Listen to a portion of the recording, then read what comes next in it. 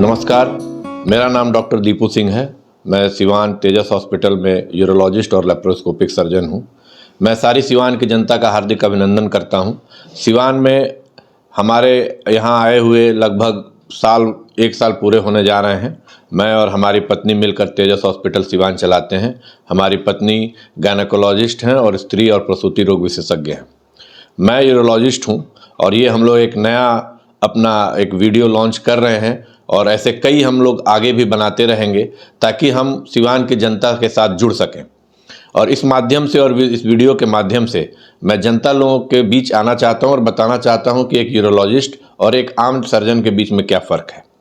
जी, जैसा कि आप जानते हैं कि सर्जन जो है, जनरल सर्जन भी सारे यूरोलॉजी के केसेस देख सकता है और एक यूरोलॉजिस्ट भी पहले जनरल सर्जन ही था, लेकिन उसने 3 साल और एक्स्ट्रा पढ़ाई करी और एक अपने इस विशेषज्ञता में किडनी और जो भी यूरेटर ब्लैडर संबंधित बीमारियां हैं उसमें 3 साल और एक्स्ट्रा प्रशिक्षण लेकर इस बीमारियों के बारे में दक्षता हासिल की। तो इसलिए जो भी बीमारियां हैं जैसे कि किडनी, पेशाब की नली, पेशाब की थैली, प्रोस्टेट या पेशाब संबंधी कोई भी बीमारियां, तो उसके लिए हम लोग सुपर स्पेशलिस्ट हैं। आप कह सकते हैं कि हम भी सर्जन हैं, लेकिन हम किडनी और मूत्र रोग विशेषज्ञ सर्जन हैं।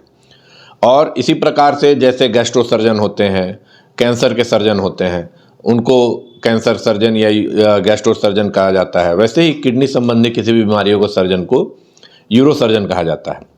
मैं यहाँ पर अपने आप को एक और चीज़ बताना चाहता हूँ कि यूरोलॉजिस्ट और नेफ्रोलॉजिस्ट में अंतर समझना है।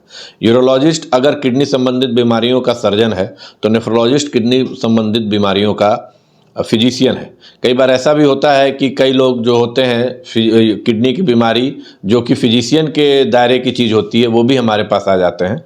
तो इस माध्यम से हम ये भी बताना चाहते हैं कि हम केवल सर्जरी संबंधी चीज़ों को देख सकते हैं। अब किन किन चीज़ों को हम मुख्यतः देखते हैं, तो जिसमें सबसे पहली चीज़ें आती हैं कि आपको किडनी संबंधी कहीं भी किडनी हो, पेशाब की नली हो, पेशाब की थैली हो या फिर कभी कभी पेशाब की आगे वाले मूत्र नली में भी अगर पथरी फंसता है तो उसका हम लोग इलाज करते हैं। बुढ़ापे में अक्सर आपने सुना होगा कि प्रोस्टेट के चलते प्रोस्टेट बढ़ गया है, पेशाब रुक जाता है, पेशाब से खून आता है या पेशाब की नली पतली हो जाती है जिसको हम लोग स्ट्रिक्चर बोलते हैं, जिसके चलते पेशाब में दिक्कत आती है, तो उन सब विषयों को हम लोग डील करते हैं। या फिर महिलाओं में भी अगर बार बार पेशाब हो रहा है, पेशाब नहीं रुक रहा है, उन सब चीज़ों को देखते हैं। बच्चों में अगर मान लीजिए पैदाइशी कोई विकार है कि लिंग टेढ़ा है या छोटा है या लिंग में जो पेशाब के जगह है वो अपनी जगह पर ना होकर थोड़े निचले जगह पर है जिसको हाइपोस्पेडियस कहते हैं, उन सब बीमारियों को भी हम लोग डील करते हैं। साथ में सबसे बड़ी समस्या जो पुरुषों के साथ है कि अगर महिला का बांझपन है तो महिला तो अपना इलाज करा लेती है किसी भी उसके लेकर, लेकिन पुरुष का बांझपन अगर है वो किसके पास जाए, तो उसके लिए फिर हम यूरोलॉजिस्ट हैं।